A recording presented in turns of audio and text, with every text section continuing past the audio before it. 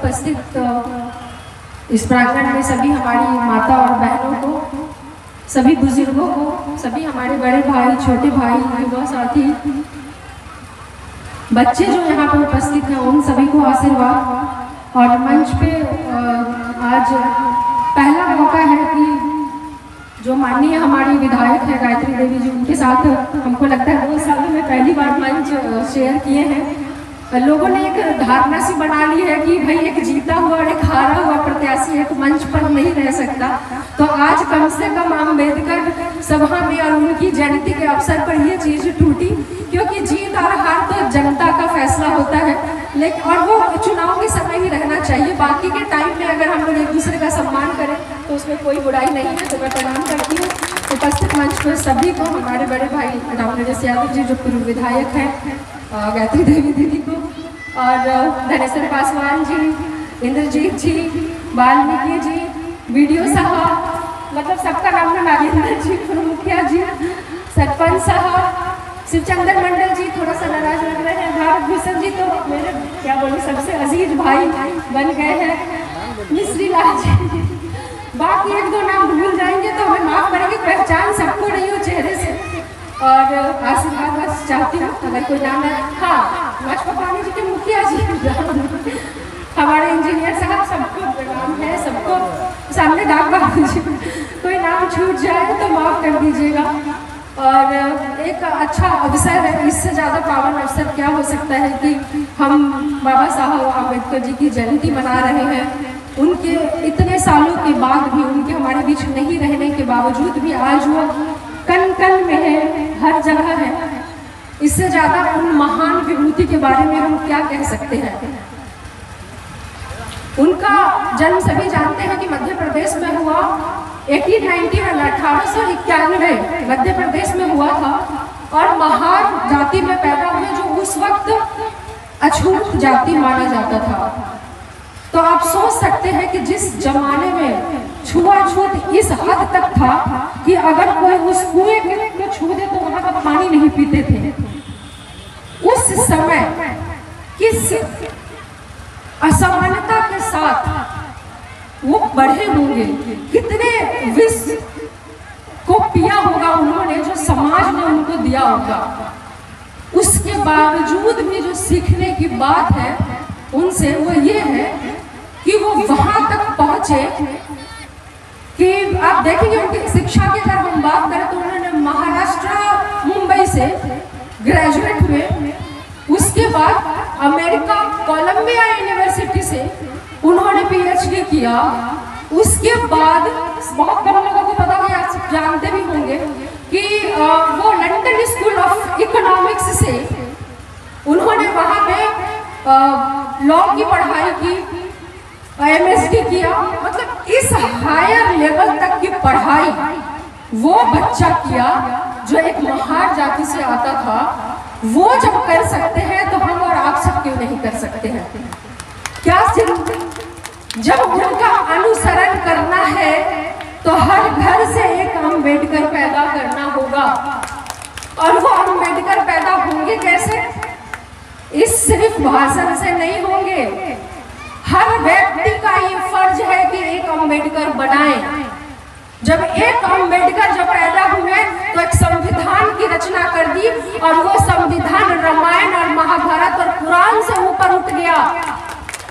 हर समस्या का अगर समाधान है, आपकी मेरी हर समस्या का अगर समाधान है तो उस संविधान में है, जो आज सबसे पूजनीय किताब बन चुकी है, जो सबसे पूजनीय है वो संविधान है।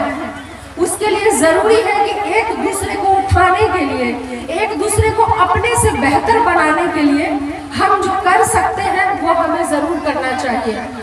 शायद एक छोटा छोटा सा प्रयास, मैं बहुत ज्यादा तो नहीं कर रही, लेकिन अपने बीच के बच्चों को जो सक्षम नहीं है पढ़ने में, जिनके माता पिता के पास फीस देने के पैसे नहीं है, उनके लिए पटना में गंगा घाट पे बिल्कुल मुफ्त में यूपीएससी और बीपीएससी की तैयारी करवाते हैं।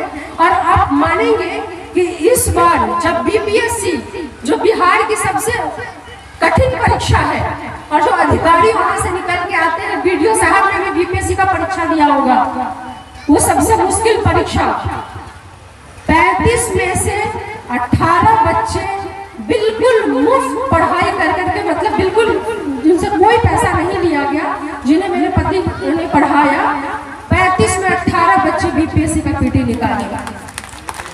हमें लगता है कि ये अगर अनुसरण करें, हम ये संकल्प लें कि समाज को किस तरीके से बढ़ाएं कि धन और संपत्ति, पैसा नहीं होना उनके रास्ते में नहीं आए, हम क्या ऐसा प्रयास करें कि हम अपने बीच के बच्चों को बढ़ा सकें। ये सही मायने में श्रद्धांजलि होगी बाबा साहब को। एक छोटा छोटा सा प्रयास हम कर रहे हैं, बहुत जल्दी ऐसा भी होगा कि जो बच्चे रहने के लिए जगह नहीं है, वो मतलब खाना नहीं खा सकते, हॉस्टल का खर्चा नहीं उठा सकते, उनके लिए भी बहुत जल्दी प्रयास होगा कि उनको अपने हॉस्टल में रख के सारी व्यवस्था दे के और उनको पढ़ा के अगर हम कुछ बना पाए तो ये सच्ची श्रद्धांजलि होगी बाबा साहब की।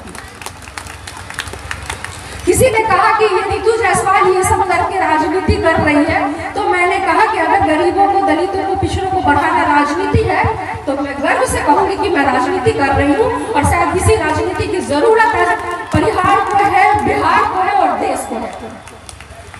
स्वच्छ राजनीति होनी चाहिए, तो बस उसी का एक प्रयास कर रही हूँ, छोटा छोटा सा। मेरी खुद की भी जीवनी ऐसी थी, माफ कीजिएगा कि अगर लोग कहते हैं कि ये तो शहरी है, इसको तो ज्यादा कुछ पता नहीं है, तो हाँ, मुझे नहीं पता था।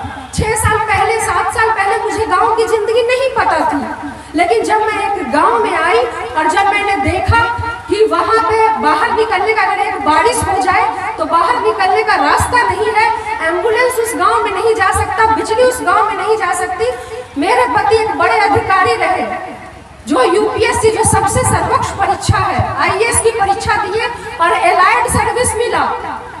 आईएएस एलाइड से वो पोस्टिंग रही उनकी, और हमारी पोस्टिंग दिल्ली में थी, और हम सिंहवाहिनी पंचायत आए थे, बारिश का टाइम था, और जब मैंने वहाँ की खराब व्यवस्था देखी और सड़क विहीन पंचायत देखा तो मैंने कहा, बाबा साहब भीमराव अम्बेडकर, महात्मा गांधी जी के सपना को पूरा करूंगी, इस गांव को बदलूंगी जिस गांव की बात गांधी करते हैं। और हमने दिल्ली में अपने परिवार को छोड़ा, अपने बच्चों को हॉस्टल में डाला और गांव में आकर के पंचायत को बदलने का निर्णय लिया। मुखिया बनी, जीती, और जो मुझसे हो सका वो मैंने किया। मैंने कोई दिल्ली, मुंबई, कोई बहुत सीतामढ़ी नहीं बना दिया, लेकिन क्या किया, जहां रास्ते नहीं थे वहां रास्ते आज है। बस एक छोटा सा प्रयास किया। उसके लिए क्या किया, सबसे पहले अपना आईएएस वाला कोठी छोड़ा जो दिल्ली में था, और झोपड़े वाले घर में आकर के रहने लगी, जो खप्पर का बना हुआ घर था उसमें मैं आके रहने लगी। ये किया मैंने। तो मैं बस आपसे, जो मेरा छोटा प्रयास है वो मैं कर रही हूँ और करती रहूंगी।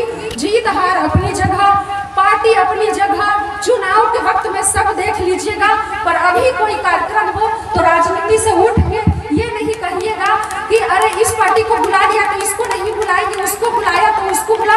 उन सब से आप लोग सब उठिए, क्योंकि बेरोजगारी आपकी जाति पूछ के नहीं आती, बेरोजगारी आपकी पार्टी पूछ के नहीं आती, तकलीफ दुख आपकी जाति और पार्टी पूछ के नहीं आती।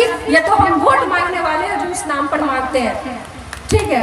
आप हमारी वजह से खुद को मत बांटिए, आपको मजबूत बनना है। जिस दिन आप मजबूत बनेंगे उस दिन ये समाज मजबूत बनेगा, ये युवा मजबूत बनेगा।